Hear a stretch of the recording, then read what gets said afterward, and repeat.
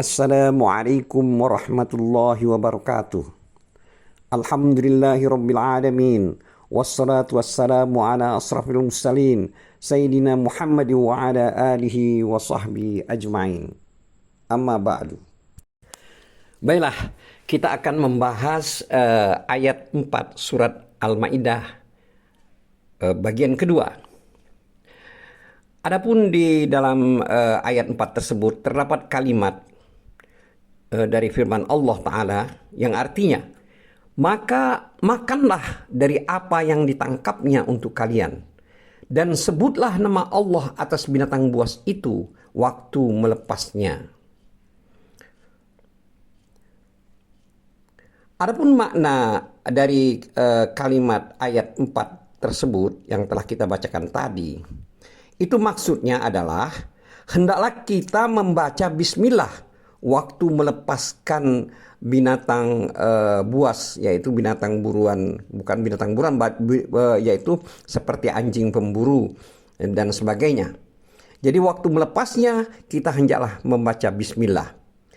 Sebagaimana yang telah disabdakan oleh Nabi SAW kepada Adi bin Hatim radhiyallahu anhu, yang artinya, bila kamu melepaskan anjingmu yang telah terlatih sambil kamu sebut nama Allah, maka makanlah hewan buruan yang ditangkap anjing tersebut untukmu. Di dalam hadis Abu Sa'labah radhiyallahu anhu yang diriwayatkan di dalam kitab Sahih Al-Bukhari dan Sahih Muslim juga disebutkan yang artinya, apabila kamu hendak melepaskan anjingmu, maka sebutlah nama Allah. Dan bila kamu hendak melemparkan anak panahmu, maka sebutlah nama Allah. Oleh sebab itu, sebagian ulama dari kalangan para imam-imam seperti Imam Ahmad rahimahullah, pada pendapat yang masyhur darinya, mensyaratkan agar membaca bismillah ketika hendak melepaskan anjing pemburu atau ketika hendak memanah binatang buruan, lantaran ayat dan hadis tersebut. Pendapat tersebut adalah pendapat yang masyhur dari kalangan jumhur ulama, yaitu bahwa yang dimaksud dengan ayat itu adalah perintah untuk membaca bismillah ketika melepas binatang pemburu atau melepaskan panah, sebagaimana yang dikatakan oleh As-Sudi dan yang lainnya.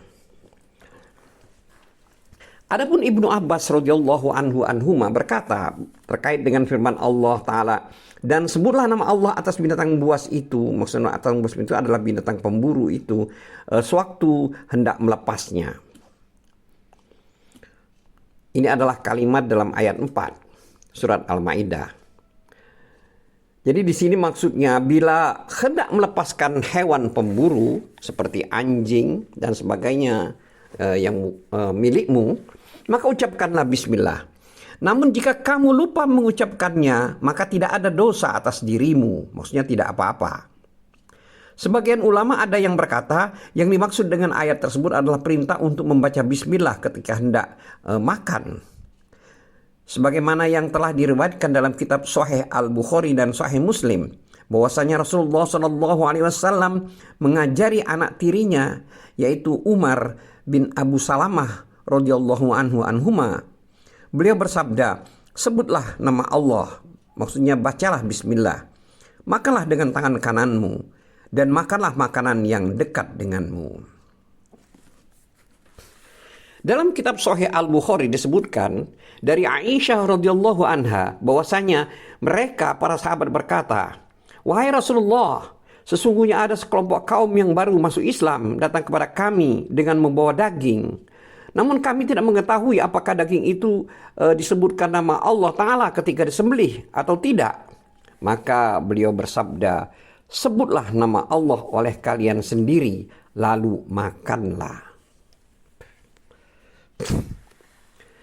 Imam Ahmad rahimahullah meriwayatkan dari Aisyah radhiyallahu anha bahwasanya dahulu Rasulullah Shallallahu alaihi wasallam pernah makan pada suatu makanan bersama 6 orang dari kalangan sahabatnya.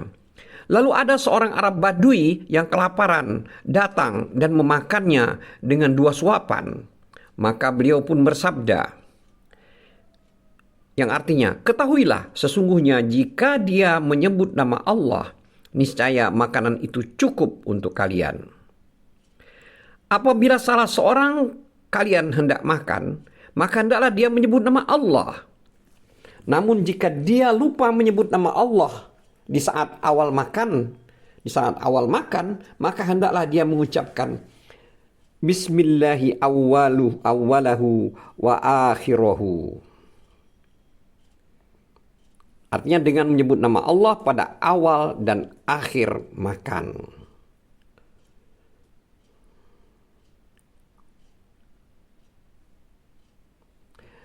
Hadis ini juga diriwayatkan oleh Abu Daud, At-Tirmizi, dan An-Nasa'i rahimahumullah.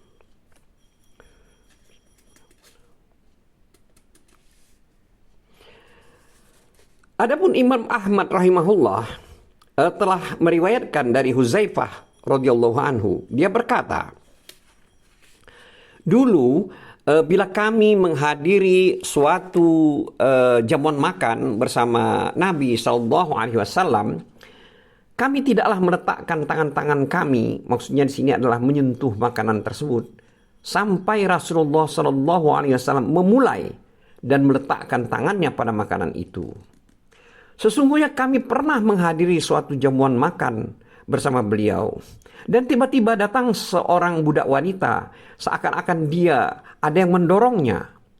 Lalu budak wanita itu meletakkan tangannya pada makanan tersebut. Dan Rasulullah SAW segera menahan tangannya.